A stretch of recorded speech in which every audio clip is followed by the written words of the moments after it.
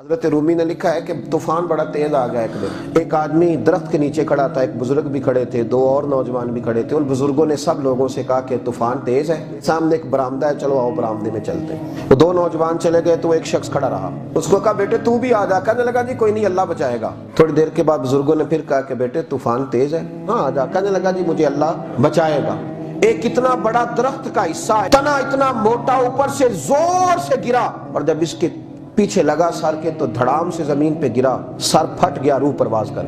वो जो दो नौजवान खड़े थे ना बाबा जी के पास, वो कहने लगे हजरत साहब हमें एक मसला समझाएं कि इस बंदे का तवक्कुल इतना मजबूत था तो चाहिए तो ये था ना कि रब इसे बचाता, तो ये तो मर गया है। तो बुजुर्ग कहने लगे कि बेटे तुमने गौर नहीं किया, वो जो मेरे समेत इसे समझाने आए थे वो सारे अल्लाह ने भेजे थे।